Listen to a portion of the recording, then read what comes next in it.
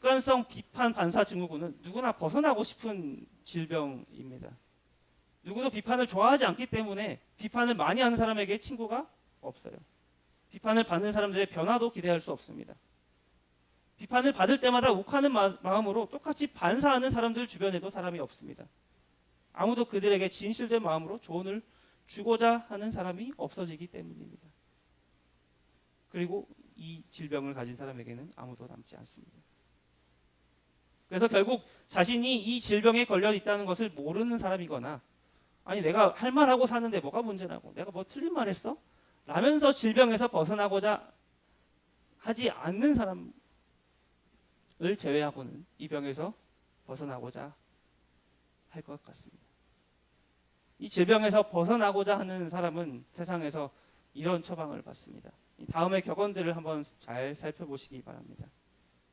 유리집에 사는 사람은 돌을 던져서는 안 된다. 깨지기 쉬운 마음을 가진 사람에게 비판하지 하면 좋지 않다는 말입니다. 그 사람의 신발을 신고 1마일을 걸어보기 전까지는 그를 판단하지 마라. 그 사람의 입장 돼보기 전에는 판단하지 말라는 말이죠. 남을 향해 검지손가락 하나 휘두를 때 나머지 세 손가락은 나를 향하고 있다. 남을 비판하는 것은 결국 나를 향하는 것이다 라는 말이죠. 결론 내려보면 비판하지 마, 그냥 신경 꺼, 너나 잘해 라는 해석을 할 수도 있습니다. 결국 나에게 비판하는 사람을 굳이 만나면서까지 이야기하지 말라는 거죠. 똑같이 비판하면 너도 똑같은 사람 되니까 그렇게 하지 말라는 말입니다. 손절하고 무관심해 버리는 것이 답이라고 이야기합니다. 그냥 말하지 말고 듣지 마라는 것이죠. 근데 이렇게 하면 누구나 관계에 큰 문제가 없을 것입니다. 뭐 더 이상 안 만나버리면 되니까요. 그런데 이 처방을 따르면 어느새 내 주변에 아무도 없는 것을 발견합니다. 분명히 처방인데 결론적으로 뭘 해야 되는지를 안 알려주는 것이죠. 그런데 여기보다 조금 더 멋진 생각을 하는 두 사람이 있습니다. 데일 카네기는 이렇게 말합니다. 비판하고 비난하고 불평하는 것은 어떤 바보라도 할 수 있다. 하지만 이해하고 용서하는 것은 인격과 자제력이 있는 사람만 할 수 있다. 진짜 누구나 할 수 있죠. 비판이나 비난이나 불평은. 그런데 용서와 이해를 진짜 아무나 하는 게 아니다. 그런데 거기까지 해야 비판, 비난, 불평을 하지 않을 수 있다. 아브라함 링컨은 이렇게 말합니다. 돕고자 하는 마음이 있는 사람만이 비판할 권리가 있다. 이 아브라함 링컨의 말도 비판할 권리를 주는 게 아니라 돕고자 하는 마음이 필요하다는 것을 이야기하고 있는 것입니다. 근데 예수님께서 말씀하신 것과 비슷해 보입니다. 그런데 이 말을 조금 오해하고 이렇게 생각하는 사람들이 있습니다. 내가 진짜 너 생각해서 말해주는데 나니까 이런 이야기 해주는 거야. 와 같은 말을 하는 것입니다. 돕고자 하는 마음이 있으니까 이런 말을 한다라는 것이죠. 근데 말을 그렇게 해도 마음이 그렇지 못한 사람들을 이 격언을 들이먹이면서 신경 써주는 척하는 것을 두 글자로 꼰대라고 하죠. 듣는 사람은 기분 나쁘고 전혀 문제 해결을 해주지 못하는 거예요. 듣는 사람의 변화를 원하지만 아무런 답도 얻을 수 없습니다. 이 세상의 처방을 본 예수님께서는 진짜 해주고 싶은 말 하나를 추가하는데 이렇게 말씀하십니다.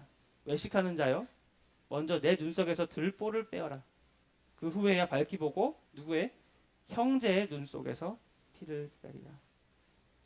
여기 형제를 빼고 보면 앞에서 읽은 격언들과 크게 다른 말은 아닙니다. 그런데 예수님은 이 세상의 격언에 한 단어를 추가한 겁니다. 형제라는 말입니다.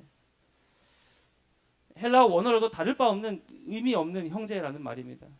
그런데 이 한마디 말이 예수님 처방과 세상 처방을 다르게 만들어 줍니다. 이 말을 비판하는 사람과 비판받는 모든 사람에게 적용되는 말입니다. 이 말이 중요하다는 것은 6절을 보면 알 수 있습니다. 거룩한 것을 개에게 주지 말며 너희 진주를 돼지 앞에 던지지 말라. 그들이 그것을 발로 밟고 돌이켜 너희를 찢어 상하게 할까 염려하라. 우리가 여기서 볼 수 있는 형제의 반대말은 개와 돼지입니다. 여기서 개는 항상 굶주려 공격성을 띠는 야생 들개를 말하고요. 이 들개들은 거룩한 재물을 쓰레기처럼 취급하고 먹어버립니다. 돼지는 진주를 곡식으로 오해하며 먹으려다가 실망하면 이 돌변하여 밥 주는 자를 공격하는 존재를 말합니다. 결국 마태복음 7장 6절에 등장하는 개와 돼지는 거룩한 것의 가치를 전혀 알아보지 못하는 존재를 말합니다. 진주와 같은 귀한 것을 그냥 먹을 것과 동일시하는 돼지와 같은 존재를 말하고 있는 것이죠. 이들은 보화를 아무리 들려주어도 가치 있는 것을 전해줘도 수용할 마음이 없는 대상을 이야기하고 있습니다. 비판을 들어도 그 말의 가치를 못 알아차리는 존재를 말하는 겁니다. 이 습관성 비판 반사 증후군을 가진 사람들을 지칭하는 것 같습니다. 세상 사람들 입장에서 전혀 신경 쓸 일 없는 좋은 충고나 조언도 말 안 해주고 싶은 사람들을 말합니다. 반면에 앞선 문맥의 형제는 정죄의 대상이 아닌 사랑과 회복의 대상이라는 점에서 개와 돼지 그것과 극명하게 대조됩니다. 비판을 하는 사람 입장에서 듣는 사람이 형제라고 생각한다면 어떻게 할까요? 형제는 형제의 변화를 원합니다. 그러면 어떻게 비판하고 조언을 해줄까 생각할 수밖에 없습니다. 듣는 사람이 형제라면 말을 더 조심할 것이고 그 사람이 듣고 어떻게 반응할지가 걱정될 겁니다. 그 형제가 잘 되었으면 하는 바람을 가집니다. 말보다 기도를 더합니다. 그러면 변화를 기대할 수 있겠죠.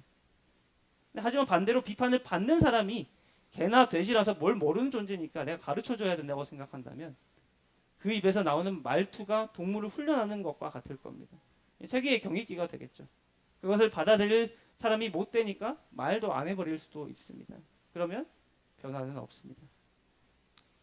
만약 비판을 듣는 사람 입장에서 비판하는 사람의 나의 형제라는 마음을 가지고 듣는다면